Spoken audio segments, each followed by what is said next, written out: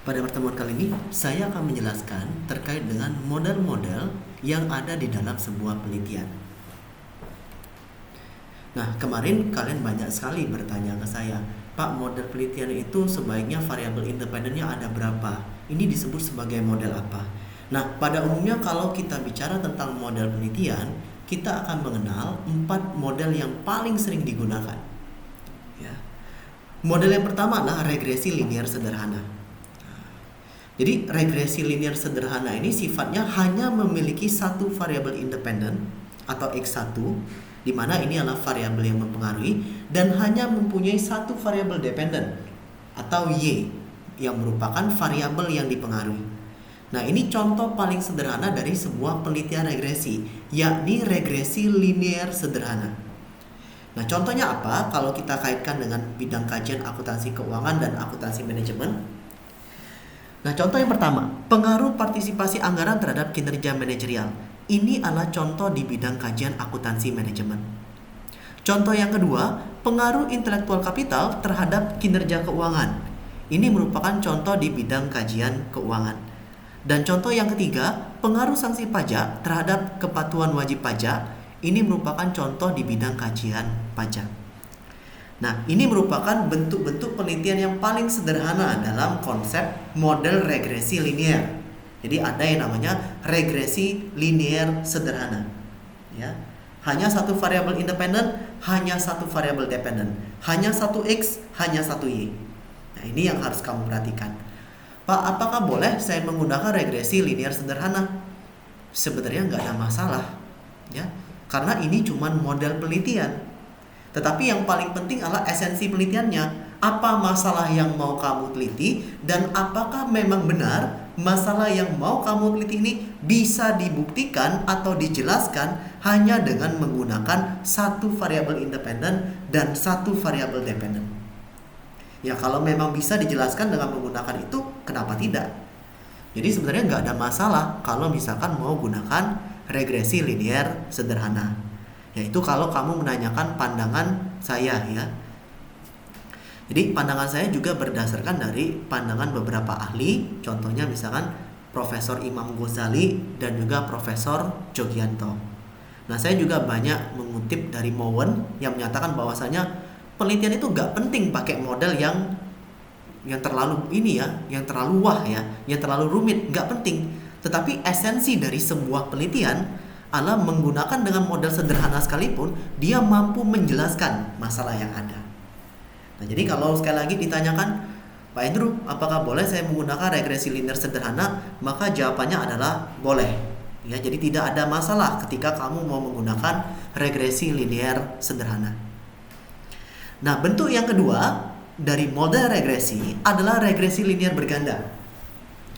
Berbeda dari regresi linear sederhana tadi.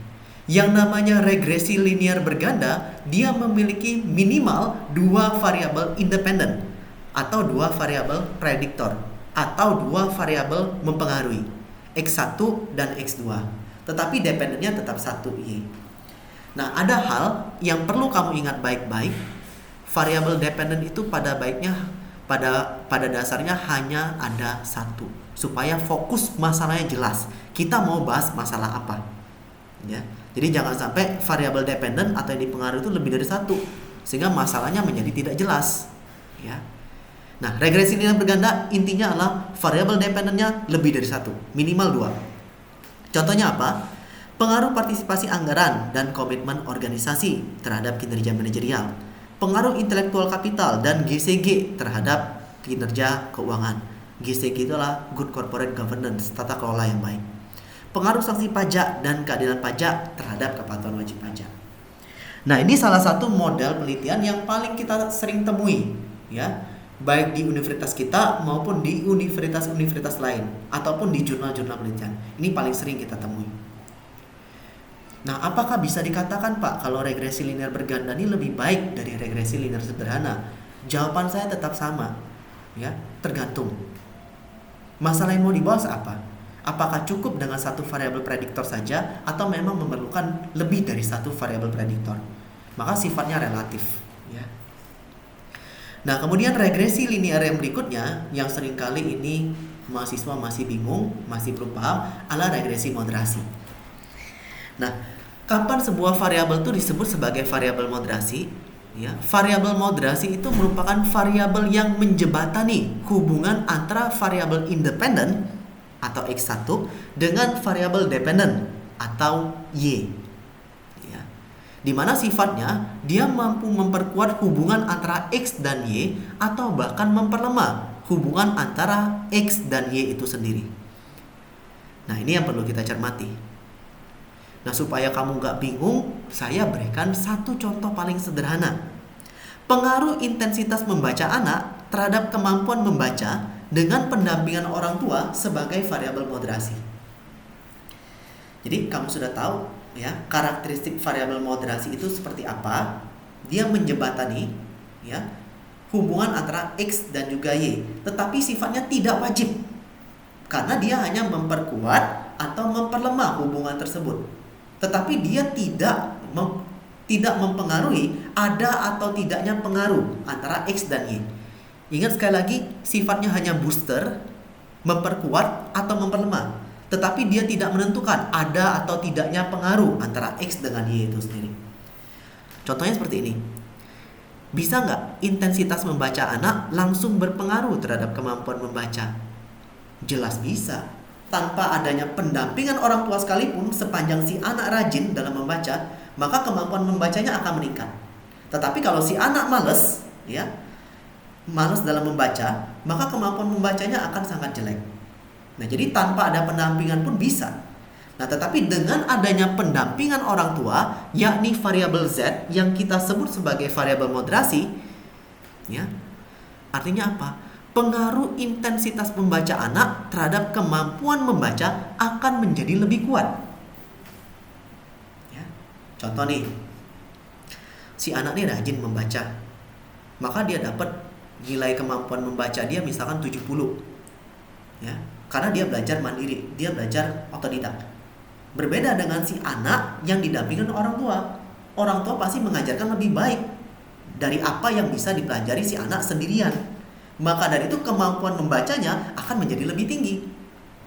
Sehingga nilai kemampuan membaca si anak tadi bukan lagi 70 seperti ketika dia belajar sendiri, melainkan ini bisa berubah menjadi 80 atau 90. Maka dari itu, ya, kesimpulannya pendampingan orang tua mampu memoderasi atau memperkuat hubungan antara atau pengaruh antara intensitas membaca anak terhadap kemampuan membaca. Jadi sifatnya bisa memperkuat, sifatnya bisa memperlemah. Dalam kasus ini sifatnya adalah memperkuat. Inilah yang kita kategorikan sebagai variabel moderasi. Sekali lagi ya, variabel moderasi ini variabel yang menjembatani sifatnya hanya memperkuat atau memperlemah. Tetapi dia tidak mempengaruhi ada atau tidak adanya pengaruh antara X dan Y. Dia nggak bisa mempengaruhi itu atau mengendalikan hal itu. Nah, di sini contohnya pengaruh komitmen organisasi terhadap kinerja manajerial dengan bonus sebagai variabel pemoderasi. Ya. Kita tahu nih, pegawai ini punya komitmen yang tinggi terhadap perusahaan. Komitmen organisasi itu seperti apa? Rasa memiliki perusahaan, menganggap bahwa perusahaan ini sebagai rumah dia yang kedua. Maka dia berpikiran bagaimana caranya saya bisa memajukan perusahaan ini. Sehingga kinerja manajerial, ya, orang-orang yang memiliki komitmen organisasi akan cenderung tinggi. Maka kesimpulannya adalah komitmen organisasi berpengaruh positif terhadap kinerja manajerial. Karena semakin dia berkomitmen, semakin tinggi pula kinerja manajerialnya. Paham dulu ya sampai sini contoh ini ya. Nah, tetapi kinerja manajerial ini bisa semakin meningkat apabila komitmen organisasi ini disertai dengan bonus. Maksudnya apa? Ketika seseorang pegawai berkomitmen terhadap sebuah perusahaan, menganggap perusahaan ini sebagai rumah dia yang kedua, ditambah dengan bonus yang diberikan oleh perusahaan, maka tentunya ini akan memacu atau meningkatkan kinerja manajerial dia secara lebih baik lagi. Atau motivasinya akan dalam tanda kutip meroket. Ya. Pak, bisa nggak tanpa bonus komitmen organisasi ini berpengaruh terhadap kinerja manajer? Bisa. Tetapi hasilnya tidak akan sebaik ketika ada bonus sebagai variabel moderasi tadi. Nah, ini alasan-alasan kenapa kita meletakkan variabel moderasi.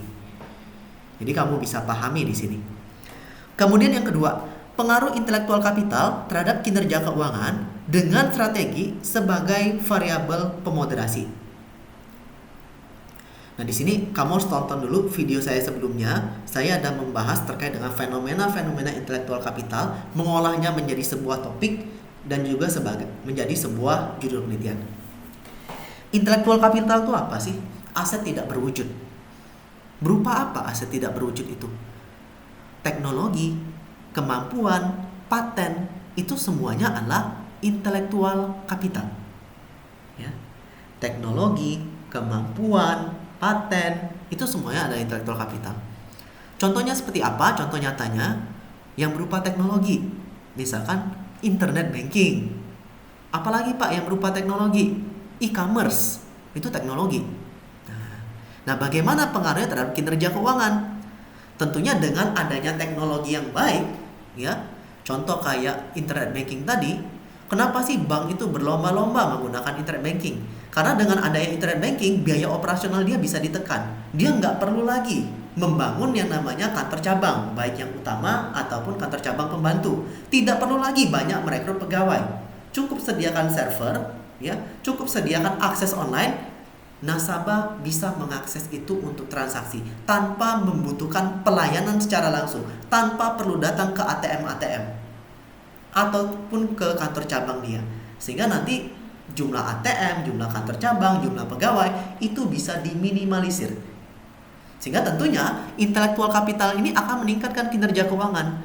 Ketika biaya operasionalnya bisa kita tekan, otomatis laba kita akan semakin tinggi, sehingga kinerja keuangan ini tercermin dari laba kita. Ya.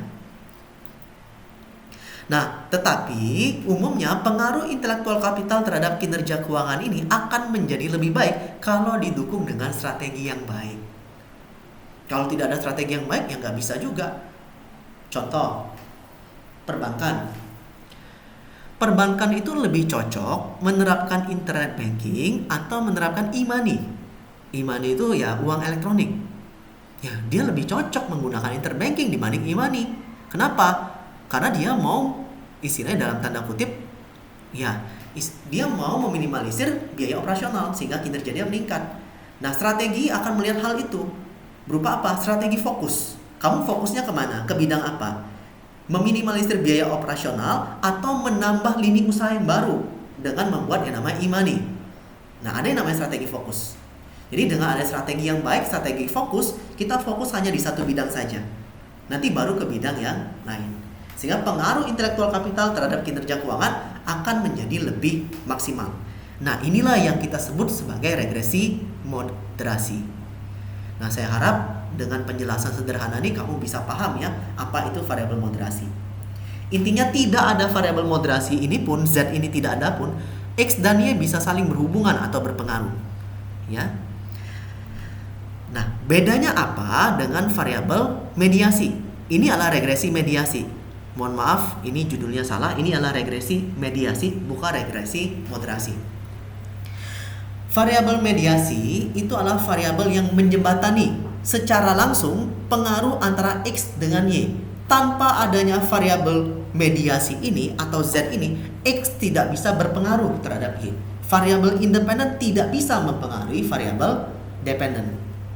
Berbeda ya dengan moderasi tadi ya. Saya akan jelaskan dengan contoh yang paling sederhana.